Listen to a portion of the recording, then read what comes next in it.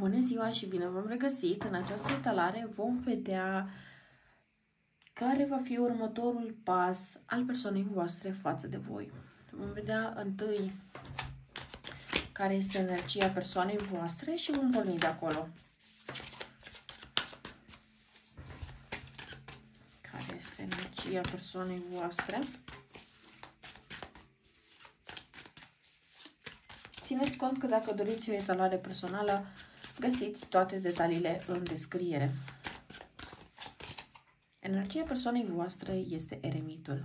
Ei bine, pentru cei care vor rezona cu această etalare, eu vă sugerez să vă uitați și la etalarea postată anterior. De ce zic asta? Pentru că aici avem de-a face cu o persoană care are tendința de a se izola, de a rămâne singură și de a gândi efectiv toate lucrurile care se întâmplă în viața sa personală. De asemenea, eu aici consider că această persoană nu este neapărat o persoană care să nu fie conectată cu mediul, cu lumea ocultului și ezotericului, deoarece această persoană mie îmi pare că are propriile sale ritualuri, obiceiuri, tradiții, superstiții, numiți-le cum vreți, dar această persoană are o practică de a face regulat anumite ritualuri. Probabil că această persoană face parte dintr-o religie un pic mai retrasă sau poate să aibă un mod unic de a interpreta o anumită religie, dar nu pare să fie genul de persoană care se duce neapărat la biserică regulat, însă este o persoană care are tendința să creadă mai mult în ceea ce studiază pe cont propriu, în ceea ce observă în propria viață și nu este neapărat o persoană care să se lase influențată de ce cred majoritatea, de ce vor să, nu știu, spună majoritatea. Este o persoană care are tendința de a gândi destul de critic și are tendința de a judeca destul de aspru oamenii în general. Este o persoană destul de mofturoasă, pretențioasă, nu se înconjoară cu oricine și persoanele care sunt în acest moment în jurul acestei persoane au trecut prin foarte multe teste ale acesteia înainte să poată să rămână în viața acesteia, da? Deci este o persoană care testează foarte mult persoanele din jur. Este o persoană care nu prea are încredere în ceilalți. Este o persoană care s-a obișnuit să facă totul pe cont propriu și este o persoană care poate să nu pară acel gen de persoană care se dedică unei relații, cu toate că această persoană atunci când se implică cu totul, dar trebuie să întâlnească o anumită persoană care să răspundă într-un anume fel anumitor teste și sunt o mulțime de criterii pe baza cărora această persoană alege cine rămâne în viața sa și cine nu. Da?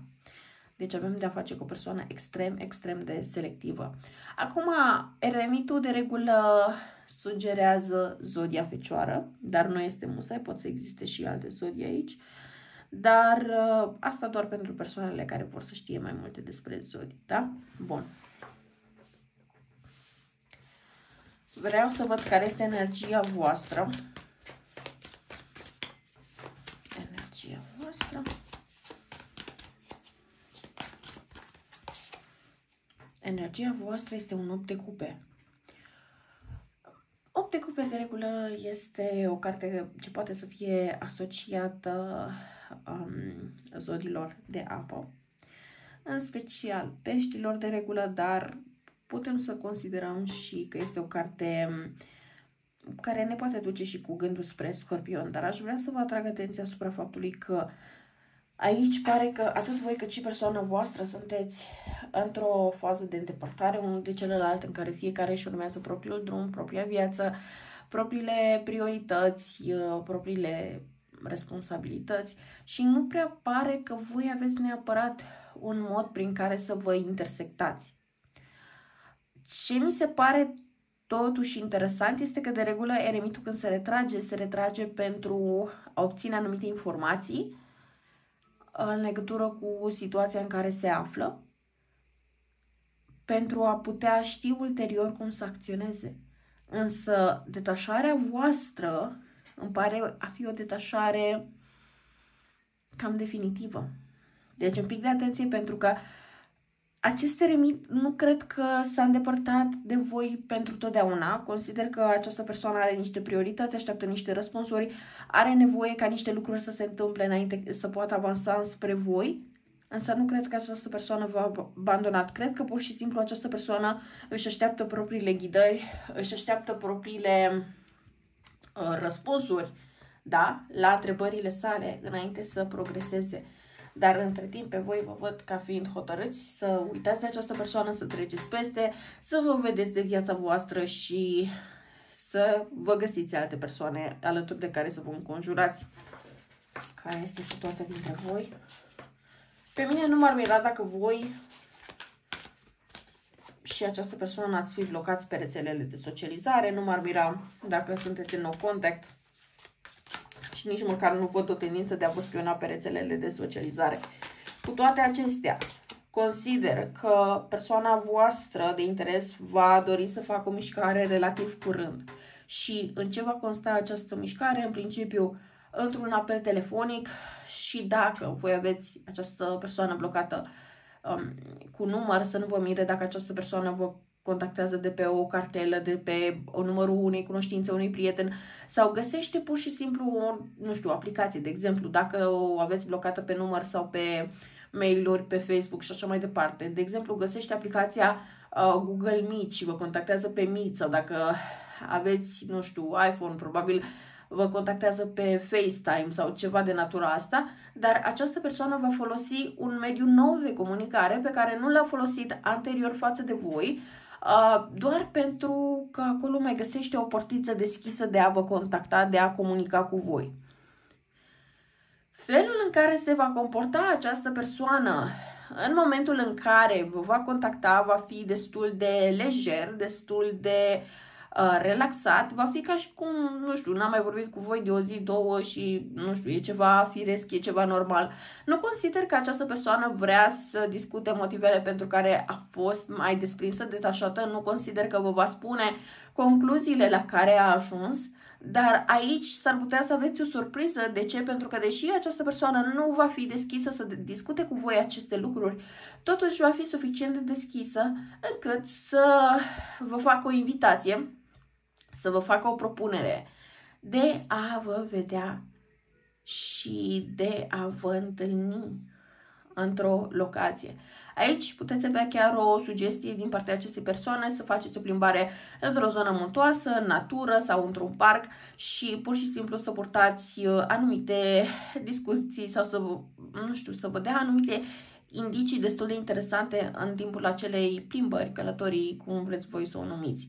Acum, ce vreau să vă zic aici este că această persoană are intenția, da, de a începe să-și exprime relativ curând interesul față de voi. Doar că nu consider că acest interes va veni neapărat sub formă de promisiuni, de, nu știu, logodnă sau de o discuție foarte clară și puternică în legătură cu direcția în care se îndreaptă această relație. Aici consider că totuși această persoană își exprimă cel mai mult interesul prin a fi prezentă, prin a fi acolo lângă voi. Vă puteți aștepta după această comunicare pe care voi o să o aveți, da? Cu vizite surprize din partea acestei persoane, cu faptul că această persoană își găsește tot felul de motive să treacă pe la voi, cu faptul că această persoană caută să petreacă tot mai mult timp cu voi, poate să fie chiar o invitație să petreceți voi timp acasă la această persoană sau să veniți pe o perioadă mai lungă acasă la această persoană. Deci sunt un fel de progrese destul de semnificative față de ceea ce ați avut cu această persoană, dar nu sunt neapărat atât de sonore. Sunt mai degrabă niște comportamente destul de clare, de directe, ce o să vă dea foarte clar de înțeles că această persoană vrea să petreacă timp cu voi, dar nici nu vrea să faceți dita mai cazul din faptul că se simte bine alături de voi. Aici consider că această persoană are nu doar intenții de a se alătura, dar consider că are și sentimente. Doar că nu consider că este neapărat, iarăși, e o persoană foarte practică. Asta nu este o persoană care vrea să se laude sau să facă, nu știu, cine știe ce declarații pompoase de iubire, nu vrea să, nu știu, vină cu tot felul de texte, este o persoană a acțiunilor asta și este, în momentul în care se retrage această persoană, da, poate avea nevoie de anumite răspunsuri, dar în momentul în care vine și vrea ca lucrurile să avanseze cu voi, voi vă puteți da seama doar prin faptul că această persoană caută să fie tot mai aproape de voi și face tot posibilul să nu lipsească foarte mult timp de lângă voi. Deci, chiar dacă aici poate să fie vorba de o conexiune la distanță, această persoană va găsi tot felul de metode de a veni în vizită sau de a vă chema pe voi în vizită să petreceți timp împreună. Nu este o persoană care să, nu știu, accepte foarte ușor relațiile la distanță dacă este într-adevăr implicată. Și veți vedea această implicare de la această persoană, dar trebuie să mai aveți răbdare un pic și să vă pregătiți de această comunicare care va fi un pic cam lejeră, un pic cam imatură, ca să știți exact cum aveți de gând să-i răspundeți. Încercați ca, dacă vreți să aflați totuși anumite răspunsuri, să aveți răbdare, pentru că această persoană va fi totuși suficient de închisă încât să nu vă dea aceste răspunsuri de acum. Cu șasele de cupe vedem foarte clar că este vorba de o reconciliere, de a relua lucrurile exact din momentul sau din punctul în care au rămas și această, hai să zicem, analiză, da? A fost deja avută de această persoană și se dorește să se treacă la o nouă etapă cu această conexiune. Deci, gândurile sunt la voi, intențiile sunt la voi, sentimentele sunt la voi, acțiunile sunt pe drum, dar sunt și ele prezente în această etalare și, sincer, nu m-am așteptat inițial să se dezvolte această etalare atât de bine. Aici consider că dacă această persoană a fost alături de voi doar până la un punct sau relația asta a fost doar până la univers, să zicem că doar v-ați văzut și v-ați frecventat, dar nu a fost o relație oficială. Ei bine, cu asul de bâte și cu nebunul, acum poate deveni o relație oficială. Dacă a fost o relație oficială, dar nu s-a vrut să se dezvolte în sensul de logodnă, căsnicie și așa mai departe, ei bine, acum vă puteți aștepta la aceste lucruri. Deci, indiferent în ce punct ați lăsat această conexiune, această persoană va veni cu dorința de a o lua de la capăt și de a avansa mai mult decât ceea ce a fost, în mai mult, da? Într-un nivel superior. Dar, întrebarea este dacă voi veți fi dispuși să vă întoarceți din drum pentru această persoană. Pentru că, după cum am spus, pe voi vă văd deja cu gândul de a pleca odată pentru totdeauna. Și această persoană cu pajul de cupe vine destul de curând, dar chiar dacă este destul de curând, acest semn nu știu, și aici va fi doar decizia voastră, ține de liberul vostru arbitru, nu de mine, cu cărțile, da? Dacă voi mai sunteți dispuși să vă întoarceți din drum. Persoana asta vine cu această propunere, dar nu o să discute lucrurile atât de clar, atât de deschis, nu o să fie atât de transparentă cu voi. Și atunci, fie vă veți întoarce din drum și veți alege să acordați încredere, fie efectiv respingeți orice șansă ca această relație să mai poată reîncepe și să poată evolua. Aici decizia vă aparține. Nu este ca și cum această persoană nu vă vrea, pentru că este foarte clar că persoana sentimente are față de voi, dar nu o să le exprime, da? Persoana asta nu spune nimic, dar de iubit vă iubește. Asta trebuie să știți încă de pe acum. Doar că aici consider că au fost niște lucruri ce a trebuit să le pună în ordine, în primul rând, cu sufletul său, sentimentele sale, înainte ca această persoană să poată evolua înspre voi și să poată face pași concreți. Ei bine, acum, da, face pași concreți, dar ar fi bine dacă ar și vorbi un pic. Dar eu cam atâta am avut de spus pentru voi. Dacă vă este utilă această etalare, am să vă rog să lăsați un comentariu și să mă urmăriți mai departe în următoarele etalări. La revedere!